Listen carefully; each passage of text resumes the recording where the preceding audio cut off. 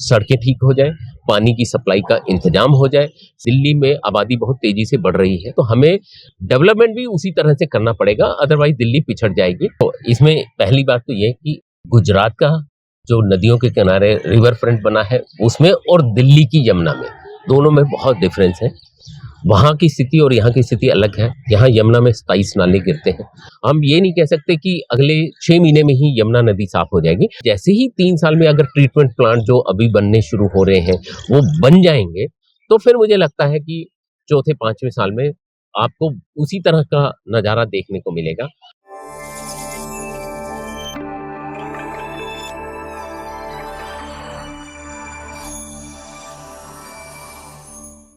दोस्तों, हमारे साथ हैं गुलशन राय खत्री जी। इन्होंने कल दिल्ली के नए चीफ मिनिस्टर की पहली इंटरव्यू की है। आज हम इनसे बात करेंगे कि दिल्ली के चीफ मिनिस्टर्स किन किन चैलेंजेस, किन किन प्रायोरिटीज को लेकर के काम करना चाह रहे हैं।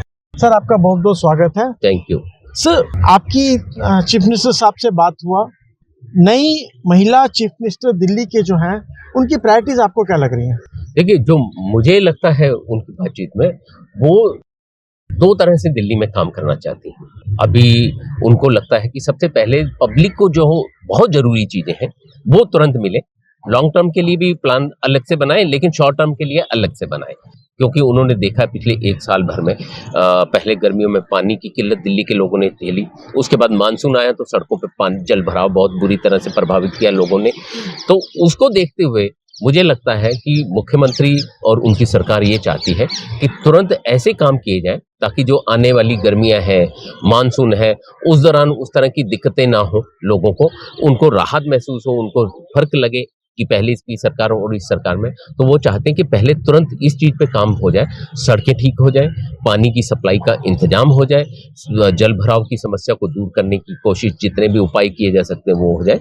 वो एक चैप्टर ताकि ये कंप्लीट हो। उसके साथ पैरेलल में हम सरकार चाहती है कि इंफ्रास्ट्रक्चर के लिए प्लान बन जाए, डिजाइन बन जाए, ताकि जब तक ये काम हम लोग कर लें उसके बाद लॉन्ग टर्म पे की योजनाओं पे काम करें। दिल्ली का इंफ्रास्ट्रक्चर मजबूत करना है।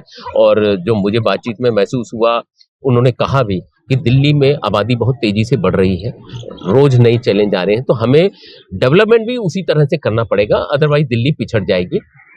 उनका ये कहना था कि 10 साल में दिल्ली काफी पिछड़ी है।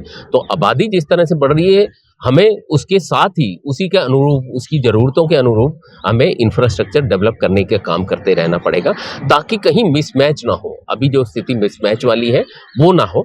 दोनों चीजें, आबादी बढ़ रही है तो डेवलपमेंट भी बढ़े, ताकि लोगों को उस तरह की दिक्कतें ना झेलनी पड़े जैसे पहले झेलनी पड़ी। और तीसरा जो मेन है, यमुना नदी की सफाई कितना साफ कर पाएंगे? क्या ये यमुना नदी को, जो गुजरात की रिवर फ्रंट है, जो बिल्कुल साफ करके दिखाई है मोदी जी ने अपने टाइम में, क्या इसका वो चेहरा बदलने की नंबर 1 इंटेंशन रखती हैं? नंबर 2, क्या वो कर पाएंगे? नंबर 3, क्या उसके लिए सच में उनके पास इतना पैसा, रिसोर्सेज और इंफ्रास्ट्रक्चर है कि वो कर सकते हैं? देखो, इसमें पहली बात तो ये कि गुजरात का जो नदियों के किनारे रिवर फ्रंट बना है उसमें और दिल्ली की यमुना में, दोनों में बहुत डिफरेंस है। वहाँ की स्थिति और यहाँ की स्थिति अलग है। यहाँ यमुना में 27 नाले गिरते हैं। यमुना का अपना कहीं वाटर का रिसोर्स नहीं है। जो आता है हरियाणा, हिमाचल से आता है और पल्ला तक आता है यमुना का पानी।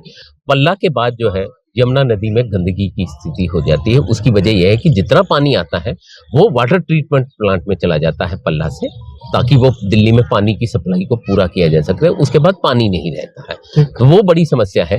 तो दिल्ली सरकार, जो मुझे लगता है कि उनकी इंटेंशन है कि हम लोग काम करें, क्योंकि उन्होंने वायदा किया है। और जब अरविंद केजरीवाल सत्ता में थे, बीजेपी लगातार इसको मुद्दा बना के प्रचार करती रही है कि यमुना नदी को इन्होंने साफ नहीं किया है। तो ऑलरेडी जो मेरी जानकारी में है, water treatment plant, sewerage treatment plant already बन रहे हैं कुछ जगह पे, और कुछ जगह में काम उनका स्लो है, कुछ नए बनने हैं। तो ये स्थिति जो है, हम ये नहीं कह सकते कि अगले 6 महीने में ही यमुना नदी साफ हो जाएगी, लेकिन मुझे लगता है कि काम होता शुरू हो जाएगा और अगले 2 साल में, 2.5 साल में आपको यमुना साफ होती नजर आएगी।